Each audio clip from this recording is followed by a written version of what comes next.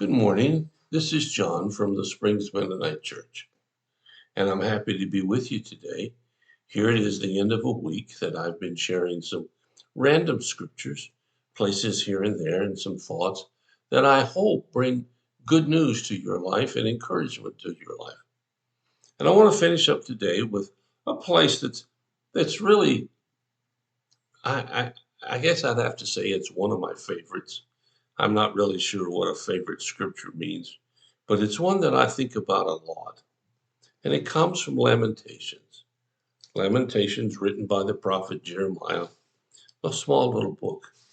And here he says in chapter 3, verses 21 and 22, these words: Yet I still dare to hope when I remember this. Now let me stop a second. When he says, I still dare to hope, he's been talking about how difficult life has been, how horrible things have gone on, how suffering has happened. And maybe you can identify with that. I know there are times in my life when things have not been very good. And I struggled, not so much with my faith, just the overwhelming pressure and, and difficulty that the situation embodied. And I did the best I could at that time. I don't know, looking back, if I did the right things all the time, but I sure tried.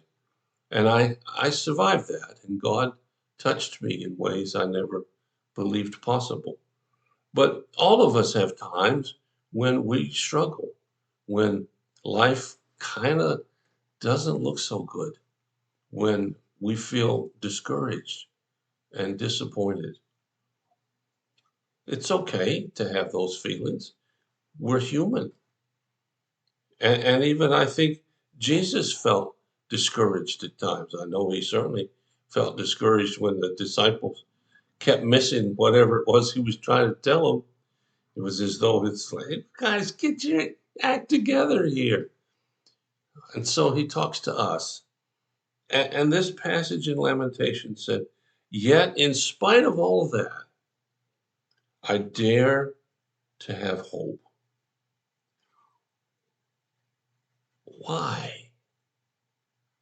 Think about it. If you have the formula for success and you're not succeeding, why do you keep trying? I read the other day about an athlete who said, I never took no as the final answer. Well, that's a good way to look at things and approach life. Maybe you and I could learn from that. Maybe just because things aren't going right, maybe that doesn't mean what we think it does. As I've said many times, you've heard me if you've listened to these. Excuse me. Life doesn't always go smoothly. And we can't see the big picture. All we see is the little bitty part. We don't know what's right around the corner, even if it's as blatant as anything could be. We can't see that, but God does. And so, in the midst of suffering, in the midst of discouragement, in the midst of disappointment, let us try what the author of Lamentations says. I still dare to have hope. Why? Well, that's in the next part of the verse. When I remember this, the faithful love of the Lord never ends. His mercies never cease.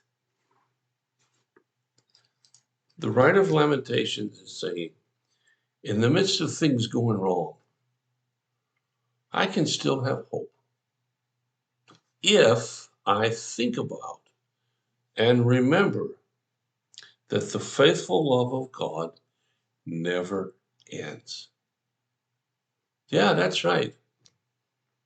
God never walks away from us. He never, ever, ever, ever says, I'm done. Forget it. I don't want to deal with this anymore. You and I may do that. but he never does. Even in the midst of the greatest struggles, God is still there. It says that his love never ends and his mercies never cease. I don't know if you've ever thought about that before. It's a little hard to comprehend. Someone who will stick with you regardless of what you do. Someone who will have compassion for you regardless of how you respond to them. It's a little hard to understand why God would care that much for someone like you or me. And even if we've lived a really close life with him, we've still brought disappointment to him. And if we've never lived close to him, we've brought disappointment to him. But his disappointment is never greater than his compassion and caring and love. You see, you just can't get rid of God, regardless of how hard you try, regardless of how far you run, regardless of how busy you get, and don't find ways to incorporate him into your daily life. You just can't get him to leave you alone because his love never ceases. His mercies continue forever. This is a God who will go to any lengths to touch your heart and change your life. So I don't know where you are today. As I finish up this week, I don't know if you're sailing through or you're just putting your head down and digging in. But in either case, and in every case, God's love never ends. His mercies continue forever. That's the way it is. And I hope you'll think about that this weekend. You got time to do a few other things. Maybe in your quiet moments, you'll remember Lamentations chapter 3, verses 21 and 22.